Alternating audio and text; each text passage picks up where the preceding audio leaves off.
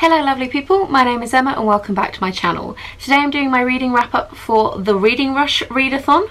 Wow, there was a lot of variations of read in that sentence. Technically the readathon is still continuing for all of today and finishes at midnight tonight. However, I really don't think I'm going to get anything finished today that will add to this wrap up. So I figured I've got a little bit of time to film, so I might as well jump in and do it now and post it today, and then anything that I do end up finishing kind of extra over the next few days can just be added to my July wrap up in general. So the readathon was formerly known as Booktubeathon and had a very exciting website and all sorts of video challenges, and because of a fairly hectic work week I did exactly none of them. I made a profile on the Reading Rush website and then promptly never checked in again. Didn't do any of the daily like reading page counts, didn't get any badges, just didn't look at all at any of it. But I did do a few challenges, so at least I joined in some way. During the readathon I finished 5 books and I started but then abandoned one, meaning that there was only one on my TBR, my original TBR, that I did not get to at all. So let's first of all talk about the book that I DNF'd. So this is a short story collection by Joe Hill. It's called 20th Century Ghosts, and this was for the prompt of read a debut novel by an author. And Joe Hill is one of my favourite authors. I've read pretty much everything he's ever put out and really enjoyed it. However, this is now the exception that proves the rule.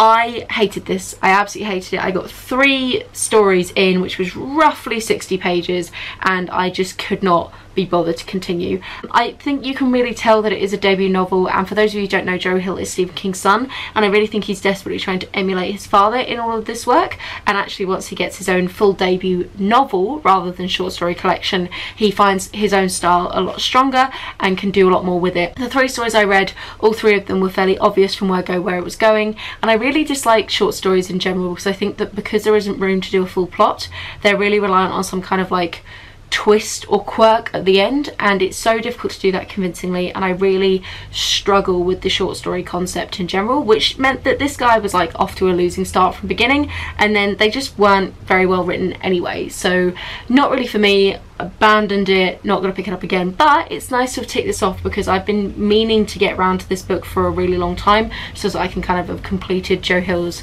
discography as such. Bookography, who knows, entire back catalogue, that's the word I'm looking for.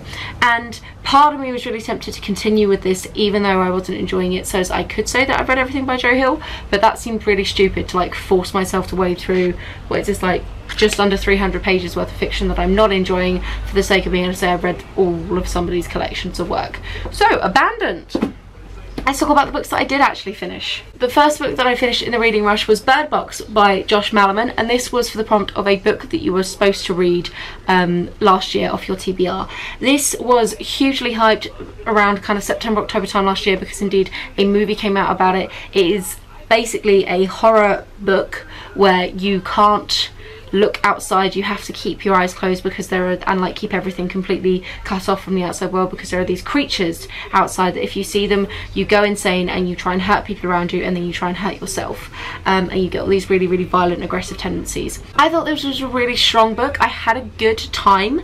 It was surprisingly easy reading and has quite large font, so I don't really know why I was putting it off for so long. I read this when I went to a spa day with my mum and sister, and I finished most of it there, and then like I read most of it there and finished it off on the sofa at home.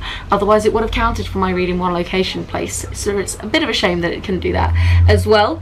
Yeah, I wish I hadn't put it off for so long now actually, because I think I'd hype myself up because it's so thick, but this actually contains a whole short story at the back as well, so like it's not even that big a book in the grand scheme of things. I thought the characterization was fairly strong. I thought that the story held itself together fairly well. I thought again some of the twists were a little obvious, but everything was well done enough that I was happy with it. We're kind of jumping between 2 different timelines. We've got Mallory, who is taking a fairly insane trip down a river whilst blind in a rowboat with her 2, desperately trying to get to Sanctuary, and she's been living alone with these kids for 4 years in their house. And then the other timeline is basically the situation of like how this whole epidemic started leading up to then matching up with Mallory's modern day timeline.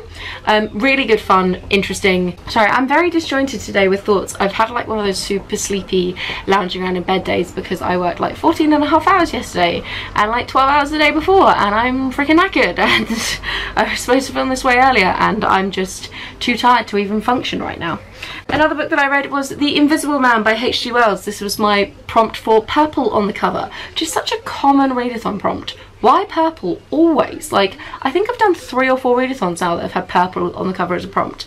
But this is the sci-fi classic by the absolute master that is H.G. Wells. This is now the second H.G. Wells I've read. I read Time Machine back in April. I, again, had a really, really good time with this. I think the Time Machine is a stronger book, but I think that this was really interesting, really well written, and it's really fascinating to think about these kind of books, trying to put the lens of like when they would have first been released, because it was discussing lots of ideas. And I'm going to talk in a similar way about this with Journey to the Centre of the Earth that I also read, because it is talking about kind of very scientific discoveries, and it's written in a time period where there was a lot of invention, a lot of creation, a lot of really like moving forward with science, and a combination of how exciting that is but also how scary that is, especially for the general public who wouldn't necessarily understand fully what was going on. You know, education wasn't such a standardized thing as it is these days, and it is very interesting to see how that kind of plays off.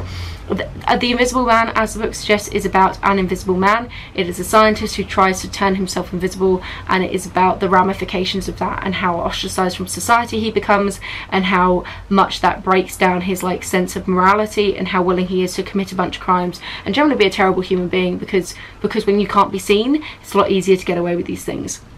Interesting discussions about morality and science in general and the interplay between the two, and was a really good laugh. And it's really short, and I think H.G. Wells does that short story sci-fi vibe fantastically, and there's a reason that his books have stood the test of time.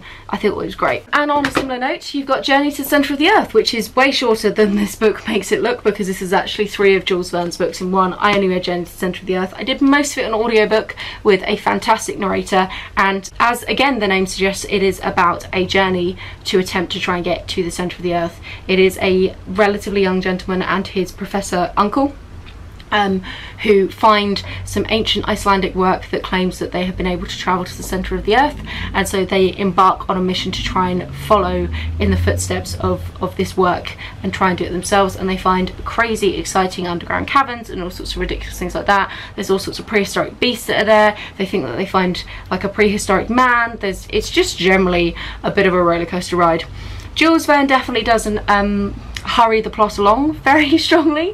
This probably could have been half the length that it was, but it's really about the description and talking about the very scientific ideas and theories behind it. And this, again, we're talking about a time before we knew what was at the centre of the earth and the general structure of the earth. And you know, we do that at school. You get that lovely diagram of the earth with the like orange segment cut out, and you can see the different layers. And this is written in a time period where that was just really being discovered and talked about, and there are all sorts of different conflicting ideas about, you know, how hot is it in the centre? Does it get hotter or does it cool? Like, how does this work? And it was really interesting reading a book with that kind of perspective in mind, and thinking about the different ways that the sciences do interplay, and how that can kind of impact literature. So really good fun. I definitely wouldn't rule out reading a Jules Verne again in the future, but I do think the audiobook format was very helpful, because man, Jules Verne can he can ramble a bit. Like, it really goes on. That one was supposed to be for read a book and then watch its movie, and I was going to cut up and watch the Brendan Fraser, Josh Hutcherson version of The Journey to the Centre of the Earth. I'm probably not going to do that now.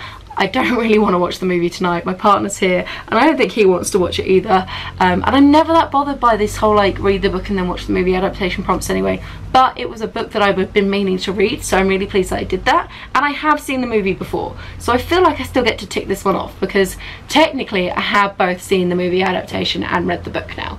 I just didn't do them all in the reading rush week. And then for my final 2 books I read book 9 and book 10 in the Animal series by Kay Applegate. Fantastic children's series that I've been revisiting from my youth. If you watch my June reading wrap up, you'll know that I kind of went on a bit of a binge and read 8 of the books. I read 2 for the reading rush. Really good fun. We're starting to like properly get like a headway in kind of the plot ideas. They've met a few of the other alien races who happen to be on Earth that we didn't know about before. There's a lot more strategy being talked about. It's slightly less random events as they're kind of getting their feet under the table for these new powers, and there's a little bit more direction to it, and we're really getting a sense of the characters and their development. So great fun. I read them for the prompt of read a book in one location, which I did today. I read book 10 on just curled up in bed, which is where I've been for the entire day. And then I also did book 9 for read a book with a non human main character, because one of the main characters is an Andalite, which is an alien race, and then another one of the main characters is a boy who's trapped in the body of a hawk, so I feel like that counts as well. So yes, that is it. The one that I did not get to is HG The Island of Dr. Moreau.